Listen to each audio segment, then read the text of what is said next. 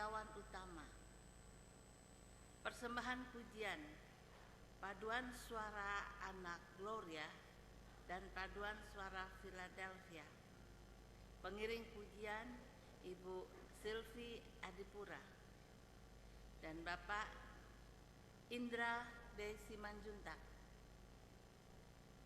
Operator LCD Saudara Arman. Lektor pertama Bapak Rudi Ciputra. Kantor Penetua Kriswanti Nugroho. Lektor kedua Penetua Yuriwarti Sutama. Kami selaku Majelis Jemaat mengucapkan terima kasih atas pelayanannya. Tuhan memberkati pelayanan saudara semua. Umat yang terkasih, sebagaimana sudah diwartakan di warta jemaat, maka kami mengingatkan kembali bahwa kebaktian Rabu Abu akan diadakan pada hari Rabu 5 Maret 2014 pukul 19.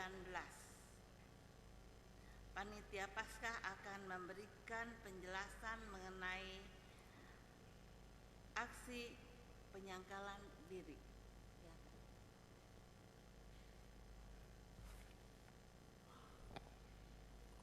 Shalom, selamat pagi saudara-saudara sekalian yang kami kasih dalam Kristus Yesus.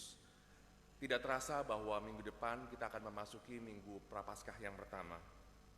Dalam kesempatan ini saya mewakili Panitia Paskah ingin mengajak saudara-saudara sekalian untuk berpartisipasi dalam aksi penyangkalan diri. Aksi ini akan kita wujudkan dalam bentuk bantuan dana yang disalurkan lewat program Satu Dalam Kasih. Untuk ini kita bekerjasama dengan Lembaga Alkitab Indonesia dalam usaha memberikan Alkitab dan buku-buku perpustakaan bagi anak-anak di Kalimantan Barat, khususnya di daerah Landak dan Sanggau.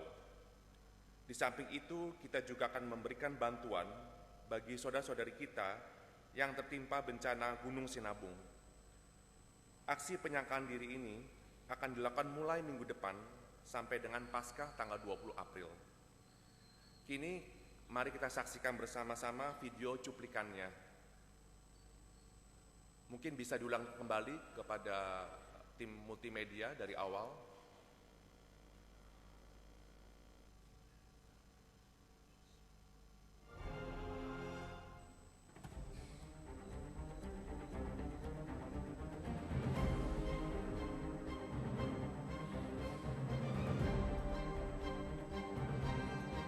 Untuk membeli Alkitab dengan ongkos untuk berangkat ke sana lebih mahal ongkos.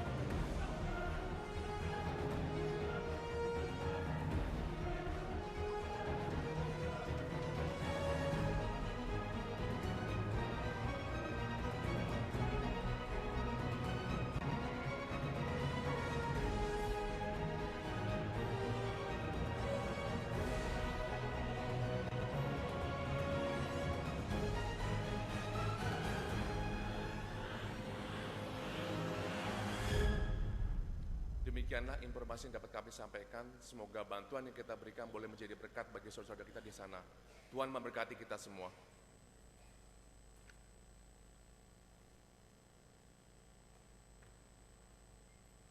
demikian pemberitahuan kami. Atas perhatiannya kami mengucapkan terima kasih. Tuhan memberkati. Mari sambil berdiri kita nyanyikan pujian TKJ nomor 2.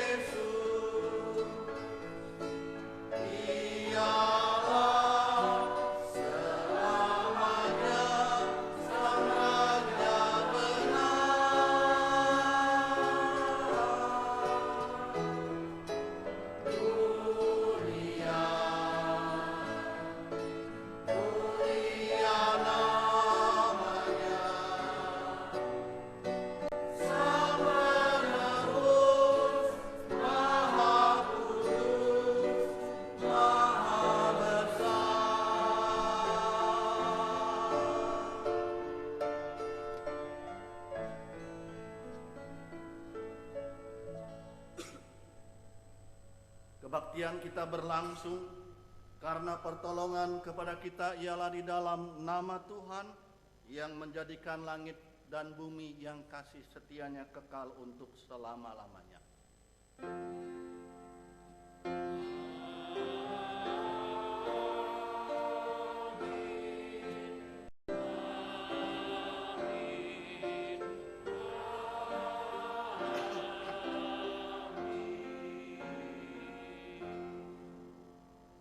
Kasih karunia dan damai sejahtera dari Allah Bapa kita dan dari Tuhan Yesus Kristus menyertai saudara-saudara.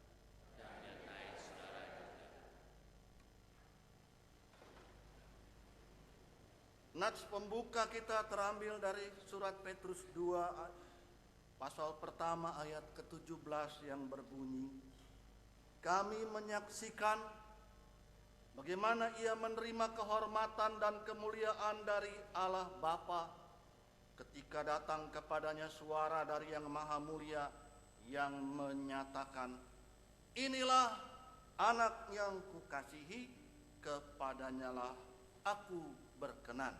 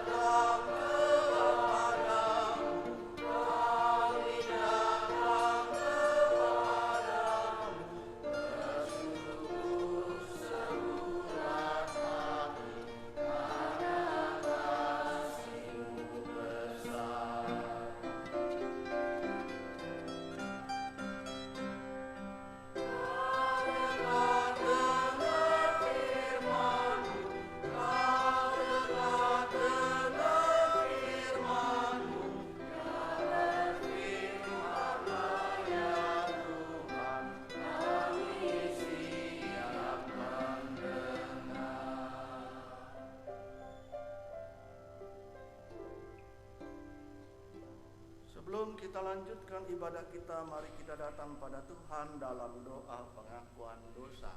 Saudara-saudara, mari kita berdoa. Allah Bapa kami yang kudus di dalam Kristus,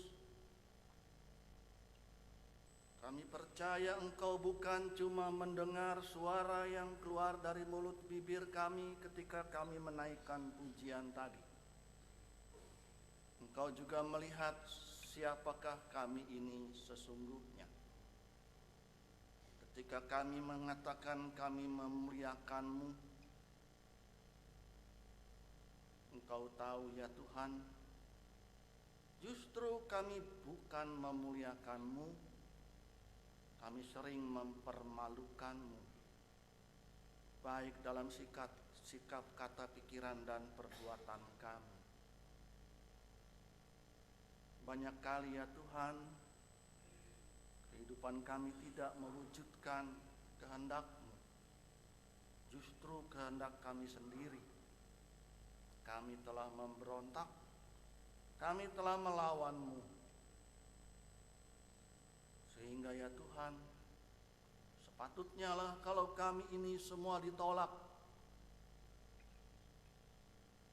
bahkan ditimpa oleh api murka Tuhan yang mendatangkan kebinasaan kepada setiap kami. Namun syukurlah di dalam Kristus Engkau tidak menginginkan kebinasaan kami, tapi Engkau ingin supaya kami selamat. Untuk itulah Engkau panggil kami supaya kami bertobat. Dan inilah kami semua Tuhan di bawah kaki-Mu sekarang bertelut, membawa seluruh pengakuan dan keberadaan kami, dan hanya karena belas kasihan-Mu kami mempercayakan pengampunan dosa. Amin.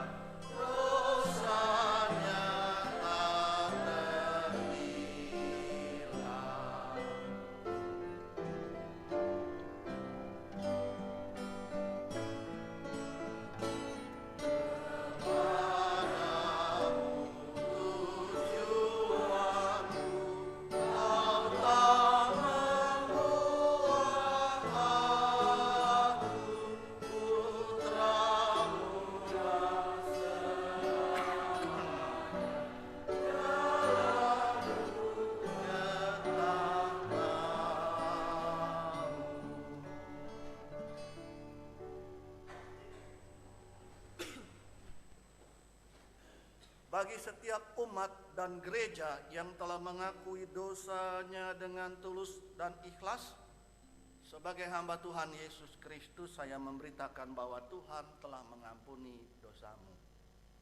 Surat Roma pasal 3 ayat 23 dan 24 menyatakan, karena semua orang telah berbuat dosa dan telah kehilangan kemuliaan Allah, dan oleh kasih karunia telah dibenarkan dengan cuma-cuma karena penebusan dalam Kristus Yesus. Demikianlah berita anugerah dari Tuhan. Damai Kristus bagimu.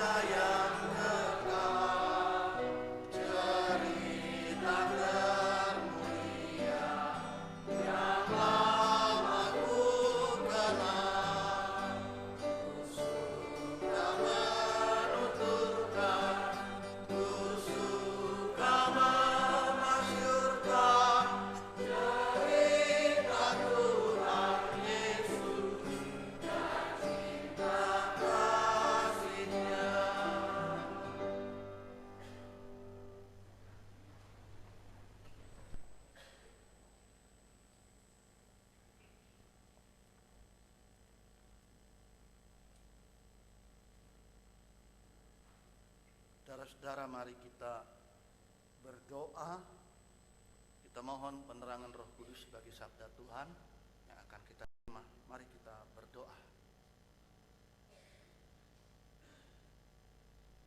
Hari ini ya Tuhan, kami telah memasuki hari Minggu yang pertama di bulan Maret. 2 bulan sudah tahun 2014 kami jalani, dan ketika kami sejenak menengok ke belakang, kami boleh mengimani betapa Tuhan senantiasa menyertai, menopang, dan memberkati kami. Sekarang kami juga terus mau melanjutkan perjalanan hidup kami. Kami tetap mau memohon tuntunan-Mu dan mendengarkan suara-Mu.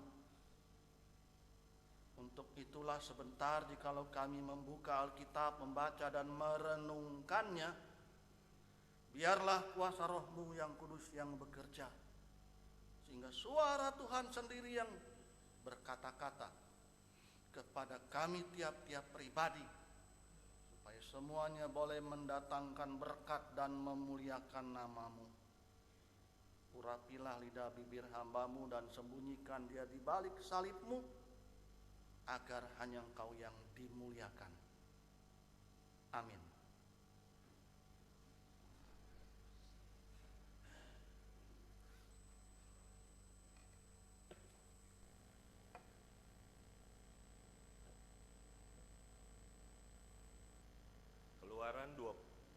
Keluaran 24 ayat 12 sampai 18.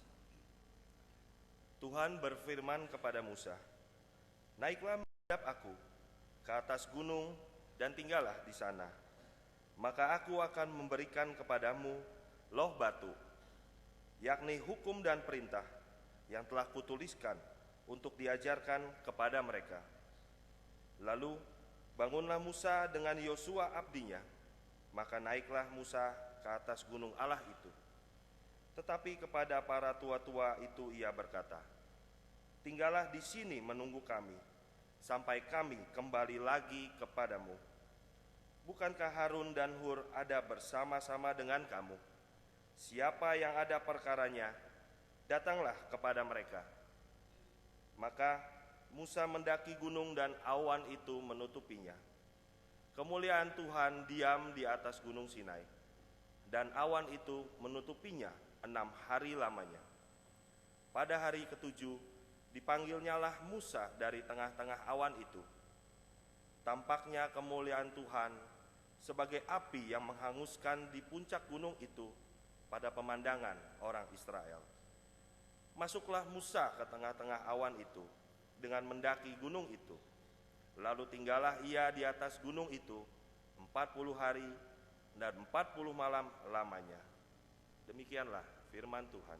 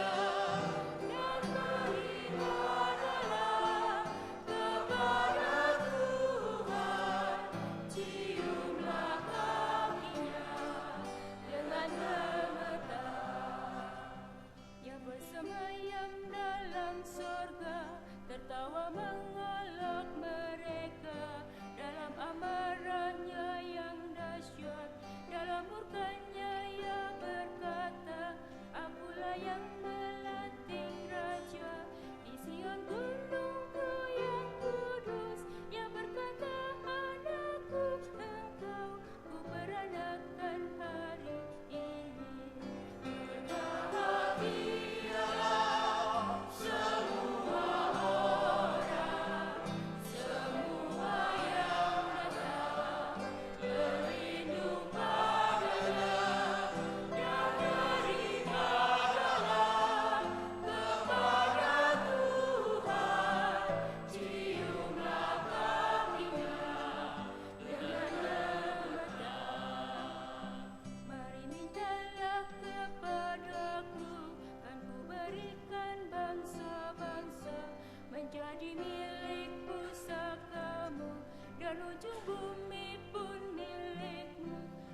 akan memakai kada besi, mereka akan keremukan pakai tembikar tukang tiup, mereka akan dipecahkan. Berbahagialah semua orang, semua yang datang berlindung padanya dan beribadahlah kepada Tuhan. Ciumlah kakinya dengan gemetar. Memintalah raja-raja, baik bertindaklah bijaksana. Hai para hakim di dunia, terimalah pengajarannya dan ibadahlah pada Tuhan. Dengan gentar cium kakinya, agar murkanya tak menyala dan membinasakan hidupmu. Berbahagialah semua orang, semua yang datang berlindung padanya dan beribadahlah kepada Tuhan. Ciumlah kakinya dengan gemetar.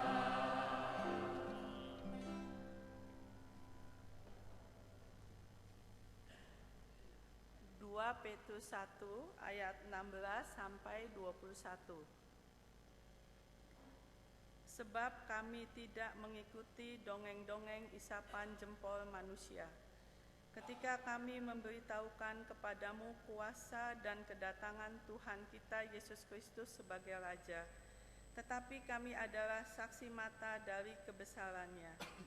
Kami menyaksikan bagaimana ia menerima kehormatan dan kemuliaan dari Allah Bapa ketika datang kepadanya suara dari Yang Maha Mulia yang mengatakan, "Inilah anak yang kukasihi, kepadanyalah aku berkenan." Suara itu kami dengar datang dari surga ketika kami bersama-sama dengan Dia di atas gunung yang kudus. Dengan demikian kami makin diteguhkan oleh firman yang telah disampaikan oleh para nabi. Alangkah baiknya kalau kamu memperhatikannya sama seperti memperhatikan pelita yang bercahaya di tempat yang gelap, sampai fajar menyingsing dan bintang timur terbit bersinar di dalam hatimu. Yang terutama harus kamu ketahui, ialah bahwa nubuat-nubuat dalam kitab suci tidak boleh ditafsirkan menurut kehendak sendiri, sebab tidak pernah nubuat dihasilkan oleh kehendak manusia, tetapi oleh dorongan Roh Kudus, orang-orang berbicara atas nama Allah. Demikianlah firman Tuhan. Bacaan Injil terambil dari Matius 17 ayat 1 sampai dengan ayat 9. Matius 17 ayat 1 sampai dengan 9. 6 hari kemudian Yesus membawa Petrus, Yakobus dan Yohanes saudaranya, dan bersama-sama dengan mereka ia naik ke sebuah gunung yang tinggi. Di situ mereka sendiri saja. Lalu Yesus berubah rupa di depan mata mereka. Wajahnya bercahaya seperti matahari dan pakaiannya menjadi putih bersinar seperti terang. Maka nampak kepada mereka Musa dan Elia sedang berbicara dengan Dia. Kata Petrus kepada Yesus, "Tuhan, betapa bahagianya kami berada di tempat ini. Jika Engkau mau, biarlah kudirikan di sini 3 kemah, 1 untuk Engkau, 1 untuk Musa, dan 1 untuk Elia." Dan tiba-tiba sedang ia berkata-kata, turunlah awan yang terang menaungi mereka, dan dari dalam awan itu terdengar suara yang berkata, "Inilah anak yang kukasihi, kepadanyalah aku berkenan, dengarkanlah dia." Mendengar itu tersungkurlah murid-muridnya dan mereka sangat ketakutan. Lalu Yesus datang kepada mereka dan ia menyentuh mereka sambil berkata, "Berdirilah, jangan takut." Dan ketika mereka mengangkat kepala, mereka tidak melihat seorang pun kecuali Yesus seorang diri.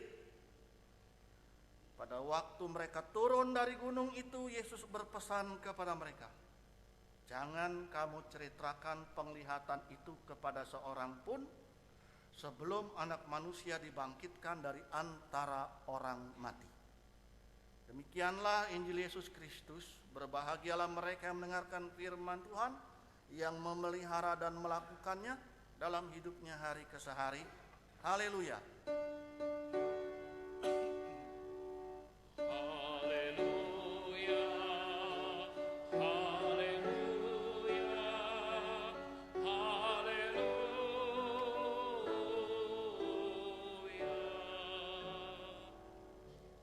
Saudara-saudara yang Tuhan kasihi, kalau saudara mendengar kata mulia, apa yang ada dalam bayangan saudara? Apa mulia itu? Apa mulia itu? Bu Sonya? Agung.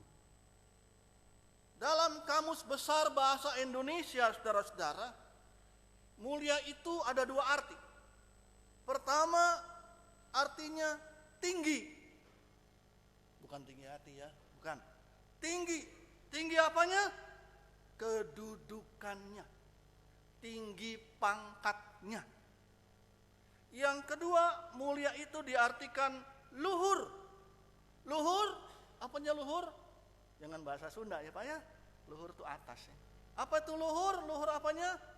Luhur budinya.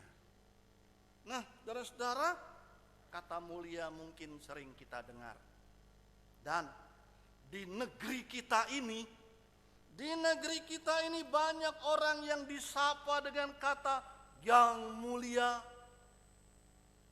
Cobalah lihat hakim yang memimpin sebuah perkara dalam persidangan, sang hakim disapa dengan yang mulia. Siapa yang pernah disidang? Atau ketua MPR disapa dengan yang mulia.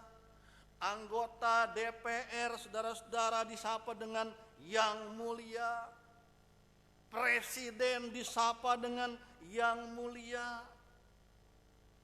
Itulah kata-kata yang mendahului ketika para pejabat, petinggi-petinggi disebut yang mulia. Para duta besar juga disapa dengan kata yang mulia. Orang-orang apa lagi disebut yang mulia? Siapa lagi biasa disebut yang mulia? Siapa? Raja. Ya, raja, kaisar disebut yang mulia. Tapi juga nggak ketinggalan tuan-tuan besar, nyonya-nyonya besar, orang-orang besar dipanggil yang mulia.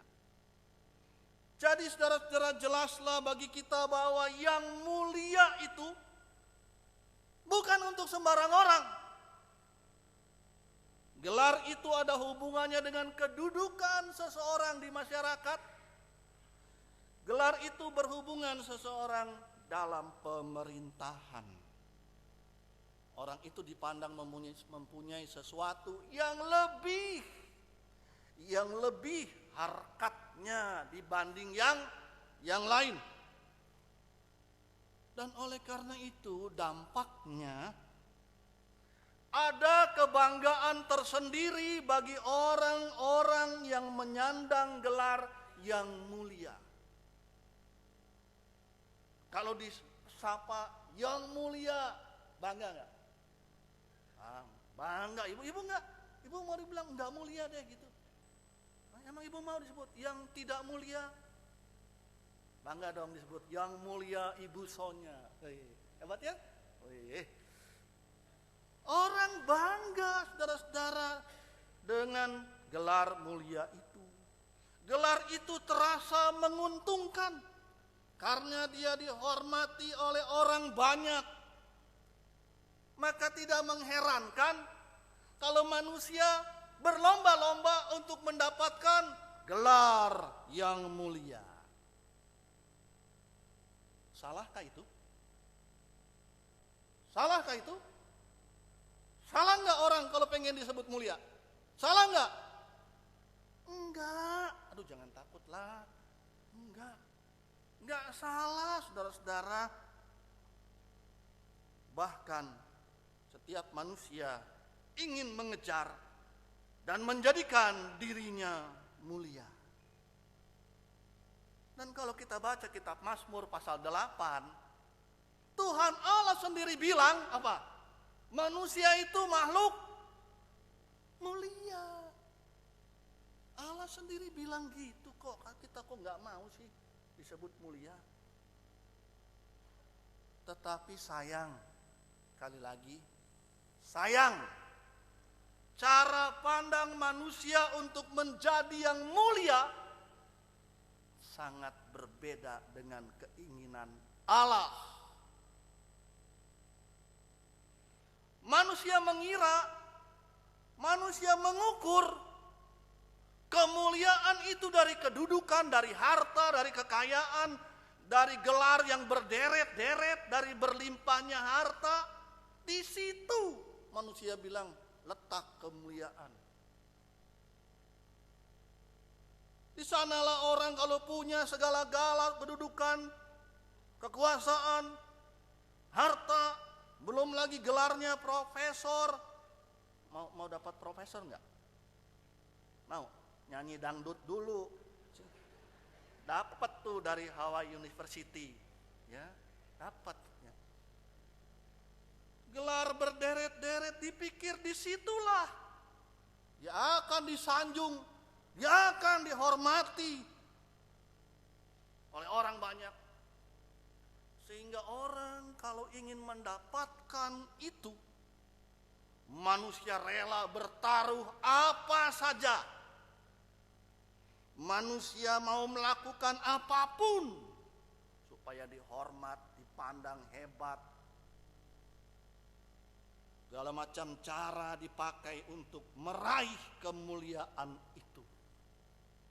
Kalau kita lihat saudara-saudara contohnya, para wakil rakyat yang mulia,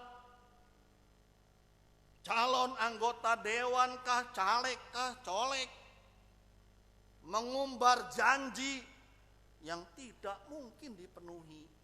Pokoknya kalau saya jadi ini, saya jadi itu, gratis semua. Duit bapaknya juga bukan. Ada yang janji kalau saya jadi presiden, tiap desa dapat 1 miliar. Baca nggak? Baca koran nggak? Nggak. Ada tuh caleg, capres yang janji begitu. Kalau saya presiden, tiap desa dapat 1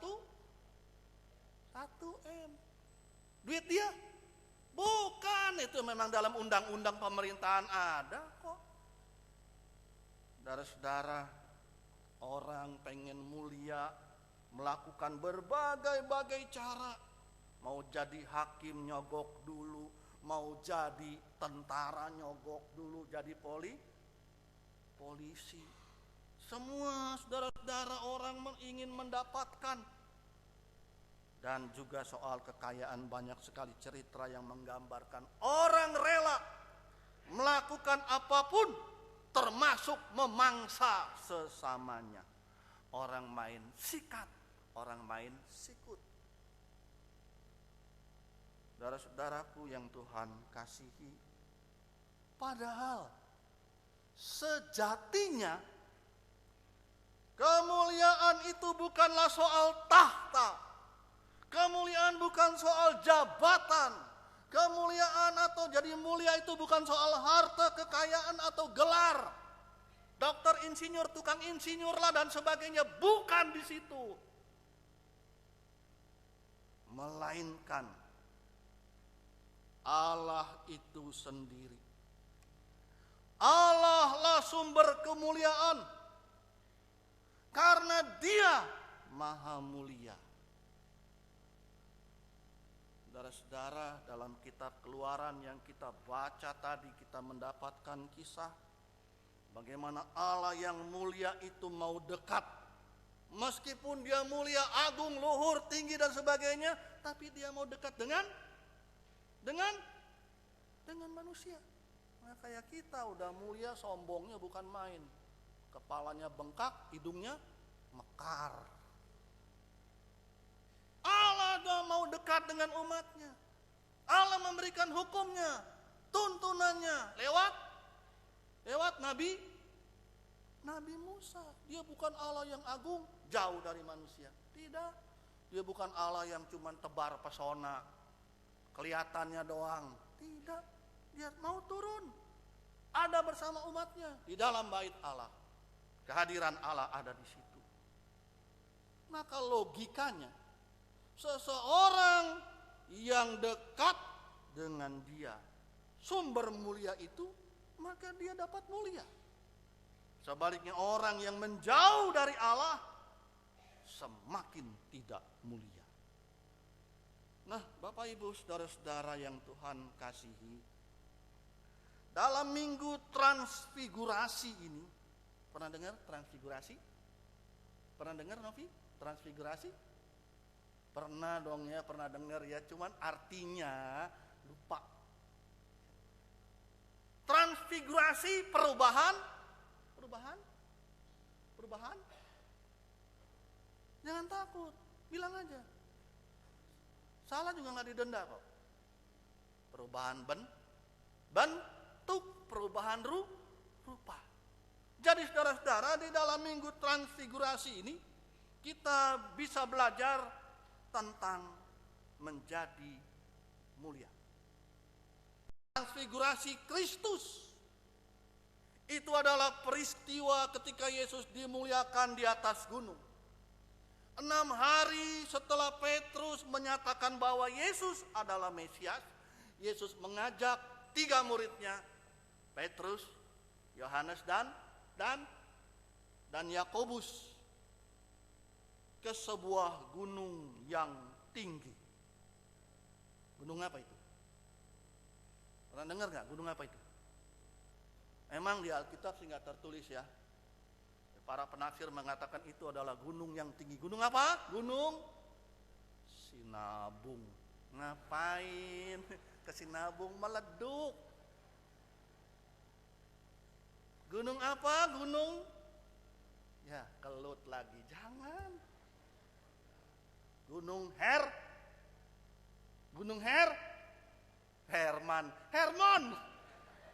Mana ada Gunung Herman, kalau Pak Herman ada. Gunung yang tinggi itu Gunung Hermon. Di atas gunung itulah Yesus berubah rupa. Wajahnya bercahaya seperti matahari dan pakaiannya menjadi putih bersinar seperti terang. Itu kata ayat 2. Tampaklah 2 figur yang dihormati dalam zaman perjanjian lama, yaitu Musa dan Elia. Musa adalah nabi yang menerima hukum dari Tuhan dan menyampaikan kepada umat Allah. Elia itu adalah nabi yang ngapain? Coba ingat nggak cerita tentang Elia? Mungkin masih anak-anak masih ingat nggak Elia, cerita yang paling hebat tuh apa? Waktu ngapain Elia? Ngapain? Waktu ngapain? Ada guru sekolah minggu nggak sih? Elia mengalahkan 450 apa? Nabi Baal. Musa di atas gunung apa waktu menerima hukum Taurat? Musa di atas gunung Sinai. Elia melawan dan membunuh 450 Nabi Baal di atas gunung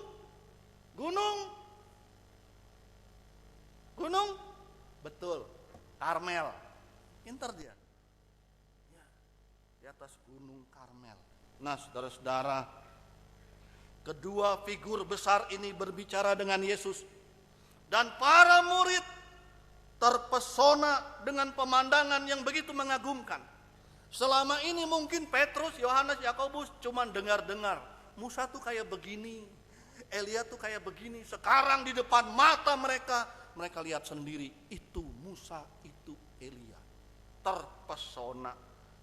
Dan saudara-saudara, itu memang pengalaman supranatural. Musa udah lama nggak ada. Elia udah ratusan tahun nggak ada. Tapi sekarang ada di depan mata, luar biasa itu. Dan ketika para murid menyaksikan peristiwa yang luar biasa itu, mereka tidak mau peristiwa itu berlalu begitu saja. Seperti kata lagu, kemesraan ini. Gimana Bu? Bu nyanyi Bu. Mari Bu. Janganlah cepat berlalu. Gitu kan? Ya Bu Yuri kan? Ibu bisa? Mereka tidak ingin hal yang luar biasa itu cepat berlalu. Maka Petrus mengatakan, aku mau buatkan ya tenda ya, kemah, satu buat Yesus, satu buat Musa, satu buat Elia. Namun belum lagi idenya itu terlaksana, tiba-tiba terdengarlah suara dari langit. Turunlah awan, terang menaungi mereka, dan dari dalam awan terdengar suara yang berkata, inilah anakku yang kukasihi, kepadanya lah aku berkenan, dan dengarkanlah dia. Kalau kita dengar kata ini, dari awan, dari atas terdengar, inilah anakku yang kukasihi. Pernah dengar nggak? Ini juga pernah ada. Di mana? Di waktu Yesus dibaptis. Ya. Sampai di situ saudara-saudara, peristiwa transfigurasi itu. Setelah semua terjadi, Yesus mengajak murid-muridnya turun gunung dan meminta supaya jangan cerita-cerita hal ini sampai nanti dia bangkit dari kematian. Saudara-saudara yang Tuhan kasih, peristiwa transfigurasi Yesus di atas gunung mau mengingatkan kita pada peristiwa Musa di Gunung Sinai. Ada beberapa unsur yang tampil yang sama. Musa naik ke atas gunung. Begitu juga dengan Tuhan Yesus naik ke atas gunung. 6 hari lamanya Musa barulah dipanggil. 6 hari lamanya setelah peristiwa pernyataan Petrus, Yesus mengalami kemuliaan. Wajah Yesus yang bercahaya dan pakaiannya yang terang. Awan terang menaungi dan ada suara dari dalam awan menampakkan situasi kemuliaan hadirat Allah. Saudara-saudara, ada unsur-unsur yang dulu ketika Musa naik ke atas Gunung Sinai sekarang hadir di dalam diri Yesus. Hal ini mau menekankan seolah-olah Yesus adalah Musa yang baru. Saudara-saudara, tetapi di sini yang penting adalah bahwa pakaian yang terang, awan yang bersinar, pakaian yang berkilau-kilauan itu cuman seperti ornamen. Itu cuman sepertinya hanya hiasan, tetapi yang penting adalah suara dari dalam awan itu. Suara yang menyatakan kepada murid-murid Yesus bahwa ini Yesus adalah anak Allah yang dikasihi, yang kepadanya Allah berkenan. Disinilah mau dinyatakan bahwa sebelum Yesus memasuki minggu-minggu sengsaranya, sebelum Yesus mengalami dan harus menderita, seolah-olah ini suara adalah sebuah penegasan, inilah anakku, dialah yang akan menderita, mati dan bangkit. Saudara-saudara, karena itulah yang utama dalam peristiwa transfigurasi Yesus bukanlah penglihatan tentang cahaya atau awan atau pakaian yang terang, melainkan pernyataan Allah sendiri. Karena itu, melihat dan memaknai kemuliaan Yesus hanya berarti bila penglihatan itu membawa kita, membawa para murid mendengar ajaran ilahi. dalam ketaatan. Saudara-saudara, bagian ini memang Yesus dimuliakan. Allah berpesan, dengarkanlah Dia. Dan ketika mereka turun, Yesus mengatakan, jangan cerita-cerita. Semua ini amat dalam artinya. Ketika Yesus dimuliakan, saudara-saudara, memang Dia bersinar. Tapi tidak terus tinggal di atas gunung. Dia mau turun gunung. Dia mau berada di tengah-tengah umat. Dan Yesus berpesan, jangan cerita-cerita. Kenapa? Kenapa? Jangan cerita-cerita. Saudara-saudara yang Tuhan kasihi, peristiwa yang disaksikan oleh Petrus, Yohanes, dan Yakobus memang itu adalah pengalaman yang supranatural. Tidak semua orang saudara-saudara mengalami pengalaman seperti itu.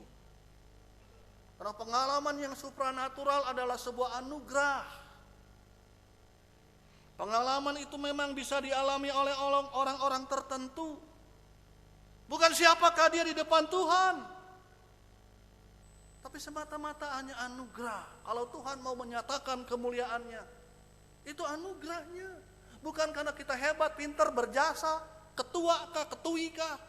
Tidak. Tuhanlah yang punya anugerah. Dan Tuhan memiliki tujuan khusus buat orang-orang yang mengalami pengalaman supranatural.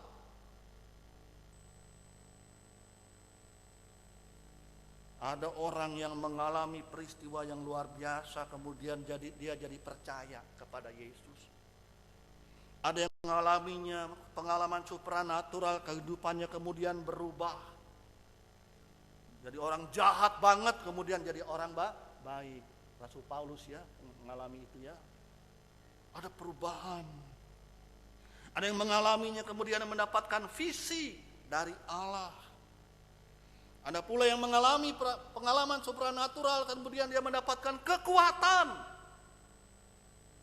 menghadapi pergumulan yang berat. Tetapi jangan sampai kita berpikir bahwa pengalaman supranatural adalah satu-satunya cara Allah menyatakan kehendaknya. Tidak. Allah bisa menyatakan kehendaknya, Allah bisa menyatakan keinginannya kepada kita dengan cara biasa pun. Allah bisa menyatakan kehendaknya. Bukan harus dengan hal-hal yang luar biasa gitu ya. Mimpi, wah ada orang mimpi naik ke atas gunung yang pergi ketemu Tuhan, kemudian dia turun ngeglinding jatuh. Nggak taunya dia mimpi jatuh, bangun di bawah tempat tidur, itu mimpi. Allah bisa menyatakan dengan peristiwa-peristiwa yang biasa. Juga orang-orang biasa. Nah saudara-saudara, Allah dengan berbagai caranya bisa menyatakan semua itu. Dan Petrus, Yohanes, Yakobus mengalami semua itu. Bukan karena mereka lebih baik, bukan karena mereka lebih suci, bukan karena mereka ketua-ketui ini dan itu, bukan. Tetapi saudara-saudara, semata-mata karena ketiganya diperkenankan Yesus untuk menyaksikan kemuliaannya. Dan pengalaman supranatural itu sesaat. Dan setiap orang yang mengalaminya kemudian harus kembali kepada kehidupan yang nyata. Tapi bukan berarti kemudian jadi sombong. Saya mimpi ketemu Tuhan, dibawa ke dalam neraka. Untung saya boleh pulang lagi. Itu jangan ngaco lah gitu ya. Saya dibawa ini itu. Jangan sombong punya pengalaman itu. Tapi kembalilah ke tengah hidup dengan kekuatan yang dari Allah itu.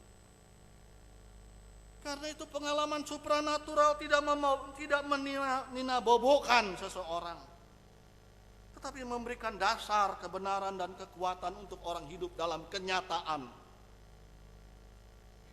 Pengalaman supranatural pun bukan untuk dipublikasikan, digembar-gemborkan. Tidak, saudara-saudara. Tapi pengalaman supranatural itu membawa orang ke dalam hidup, bagaimana dia senantiasa mendengarkan suara Allah itu. Saudara-saudara yang Tuhan kasihi, transfigurasi mengajarkan kepada kita untuk menjadi yang mulia.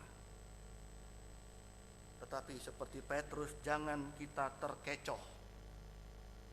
Ia terpana melihat kenyataan perwujudan, perubahan wujud Yesus. Petrus silau dengan penampilan Yesus, sehingga dia ingin menahan dan membuat semua itu dinikmati lebih lama dan ingin membuat kemah. Sepertinya apa yang Petrus mau lakukan baik. Tuhan, saya bikin kemah ya, satu untuk Yesus, satu buat Musa, satu buat Elia. Dia nggak bilang saya juga bikin 6 deh, 5 deh, satu nanti buat saya. Tidak. Seakan-akan Petrus tidak ingat dirinya. Ingat sama Yesus, mau dibikinin apa tadi? Bikin apa? Bikin kemah. Satu Yesus, satu Yohanes, satu Yakobus. Petrus nggak bilang, ntar saya juga bikin, enggak. Seolah-olah dia tidak ingat dirinya. Tetapi saudara-saudara di situ justru mau perlihatkan Petrus ingin menahan Yesus tetap di atas gunung, supaya kita sama-sama bahagia. Nggak usah turun ke bawah, sebab di bawah dunia itu brengsek banget. Ya, di bawah itu buah nanti repot dah ya, sengsara kita. Jangan turunlah, udah di atas aja. Petrus mungkin juga seperti kita,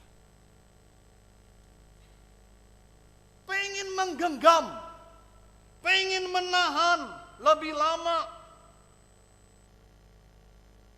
segala apa yang kita anggap mulia. Jabatan, kekayaan, kekuasaan, kedudukan. Namun ternyata kemuliaan itu letaknya bukan di sana.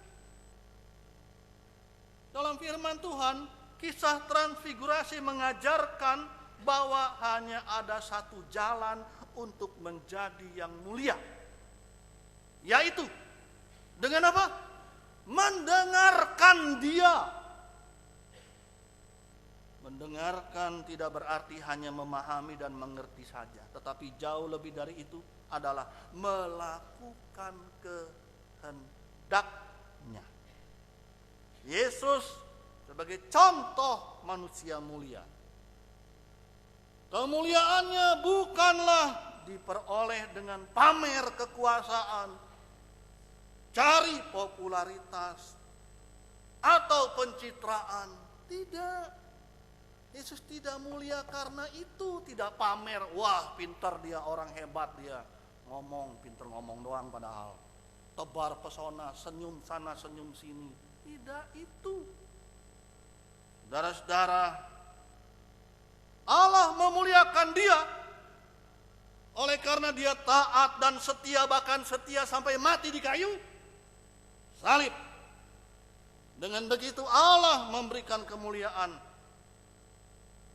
nama di atas segala nama.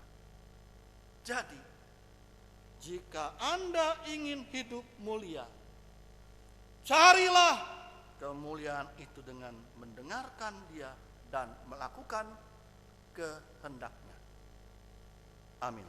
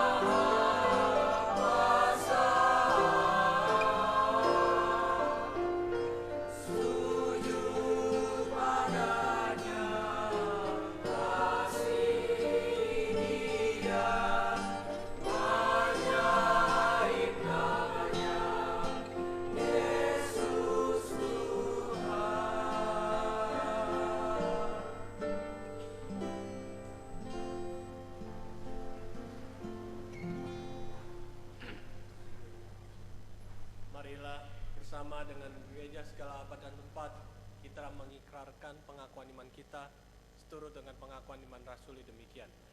Aku percaya kepada Allah, Bapa yang Maha Kuasa, Khalik langit dan bumi, dan kepada Yesus Kristus, Anak yang tunggal Tuhan kita, yang dikandung daripada Roh Kudus, lahir dari anak darah Maria, yang menderita sengsara di bawah pemerintahan Pontius Pilatus, disalibkan, mati dan kuburkan, turun dalam kerajaan maut.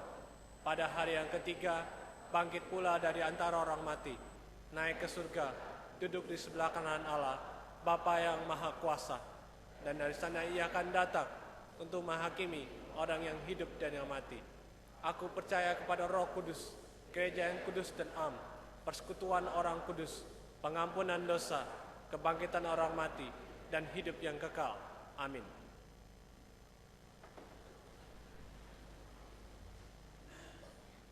Saudara-saudara, mari kita menaikkan syafaat kita di dalam doa syafaat. Mari kita berdoa. Syukur kepadamu ya Allah,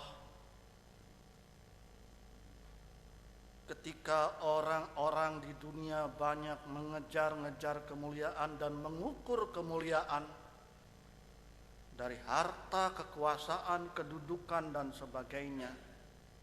Tapi firman-Mu mengingatkan kami agar kami tidak ikut asal-asalan dan asal ikut-ikutan. Sebab dunia membuktikan ketika orang mengejar-ngejar kemuliaan dalam ukuran harta, kekuasaan, gelar, dan sebagainya, seringkali semua itu didapat dengan cara-cara yang menghalalkan segala cara, bahkan mengorbankan manusia. Tapi firman-Mu justru menunjukkan ketika Yesus dimuliakan oleh Allah Bapaknya, itu adalah karena ketaatannya kepada sumber kemuliaan itu, yaitu Allah sendiri. Di dalam Yesuslah kami lihat justru kemuliaan yang diperolehnya karena ia taat dan setia dan mau berkorban. Sampai ia diberikan nama di atas segala nama, bukan karena dia mencari-cari, tapi diberikan oleh Allah lewat karyanya di dalam hidupnya, yang memberikan dirinya sepenuhnya dan nyawanya bagi keselamatan banyak orang. Karena itulah Tuhan, jikalau kami pun menjadi mulia itu tidak salah, tetapi semua itu lewat ketaatan kami melakukan kehendak-Mu. Tetapi kalau kami pun kaya, pintar, hebat, berkedudukan, itu pun tidak salah. Tapi jangan kami menggenggam sendiri untuk kebahagiaan sendiri. Tapi itu boleh menjadi bekal untuk kami menjalani hidup ini dan menjadi berkat. Bapa di surga, terima kasih lewat minggu transfigurasi ini kami dibekali Tuhan untuk turun gunung, menghadapi kenyataan yang ada. Melalui perjumpaan kami dengan-Mu, kami dikuatkan dan dimampukan menghadapinya dan mengatasinya. Sebab Engkau yang telah menderita, mati, dan menang, itulah yang mau menolong dan menyertai kami. Juga setiap kami, baik sebagai pribadi, keluarga, dan gereja-Mu Tuhan, kehadiran kami tetaplah kehadiran yang memuliakan Tuhan dalam ketaatan kepada-Mu. Bapa surga, terima kasih buat kepercayaan itu. Ya Tuhan, kami juga saat ini teringat akan saudara-saudara kami yang dalam keadaan sakit, yang dirawat di rumah sakit maupun di rumah. Kami teringat rekan kami Pendeta Frida Situmorang. Engkau topang dia, Engkau berkati perawatannya, pengobatannya. Saya percaya Tuhan mengasihi dia dan menolongnya. Juga Pak Ridwan Mulyono, Ibu Santi, Jimmy Ong, Pak Wisnu, Pak Ronaldi, dan mereka yang tidak kami sebut namanya satu persatu, Engkau pun dengan kuasa-Mu yang ajaib mau menolong, mau menopang dan memulihkan mereka. Kami juga berdoa buat semua umat-Mu Tuhan, dalam segala pergumulannya biarlah mereka tetap setia kepada-Mu, dan menghadapi minggu-minggu depan ini Tuhan, dalam masa-masa menghadapi pemilihan umum, tolong Tuhan lindungi bangsa negara kami untuk tetap bersatu, untuk tetap hidup dalam damai. Bapa di surga, kami berdoa buat mereka yang menderita baik karena bencana alam maupun karena hal-hal lain. Biarlah kami tidak hanya berdoa, tapi kami pun mau membuka tangan, mengulurkan tangan bagi mereka. Biarlah di situ mereka bukan cuma mendengar kasih-Mu, tapi mereka juga mengalaminya, dan nama-Mu dimuliakan. Terima kasih Tuhan. Dan sebentar kami kembali ke tengah-tengah hidup ini, biarlah firman-Mu yang meneguhkan kami. Di dalam nama Yesus yang dimuliakan kami telah berdoa, memohon, dan bersyukur. Amin.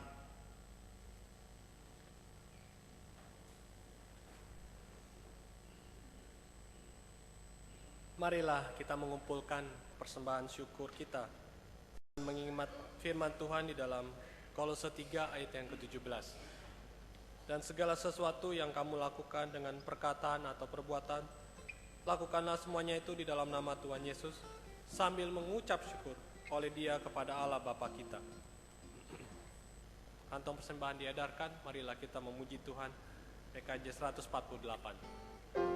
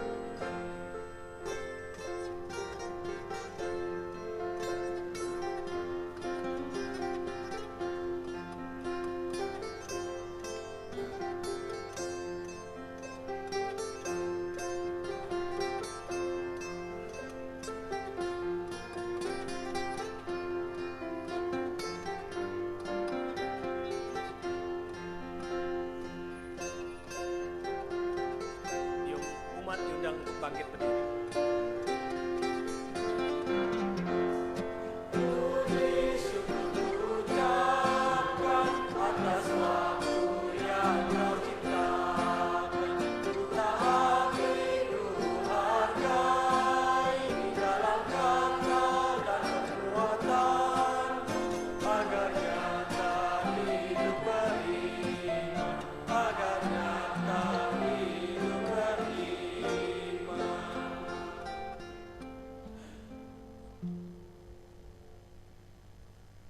Allah Bapa kami yang di surga, pada saat ini Tuhan kami kembali kepadamu dalam ucapan syukur kami ketika kami boleh dilayakan untuk memberikan persembahan kami ini Tuhan. Biarlah persembahan kami ini boleh berkenan di hadapan Tuhan, karena sesungguhnya kami ini adalah manusia yang tidak berguna Tuhan, namun Engkau telah boleh melayakan kami dan telah boleh memahkotai kami dengan kemuliaan ya Tuhan. Terima kasih untuk waktu Tuhan. Dan terima kasih juga Tuhan untuk kesempatan yang Tuhan berikan dalam hidup kami, untuk kami terus boleh bertumbuh dan mendengar firman Tuhan. Terima kasih juga Tuhan untuk orang-orang yang telah boleh memberikan persembahan ini. Biarlah mereka boleh dipimpin dan disertai Tuhan, dan terkhususnya ketika mereka boleh menjalani kehidupan hari lepas hari dengan pertolongan daripada Tuhan saja. Kami naikkan Tuhan doa syukur kami ini. Dalam satu nama Tuhan Yesus Kristus kami telah berdoa dan mengucap syukur. Amin.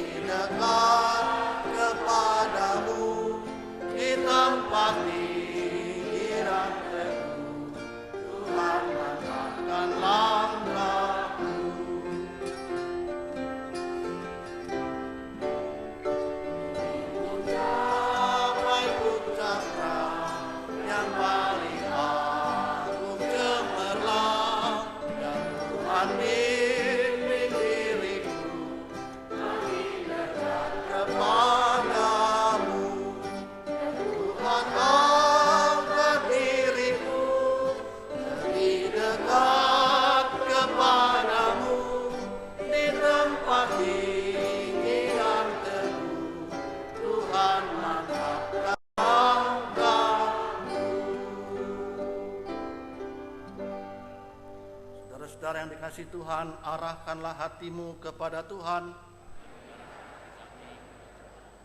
Jadilah saksi Kristus. Terpujilah Tuhan. Saudara-saudara, pulanglah dalam damai sejahtera dan terimalah berkat Tuhan. Anugerah Tuhan Yesus Kristus dan kasih Allah dan persekutuan Roh Kudus menyertai saudara-saudara sekalian. Haleluya.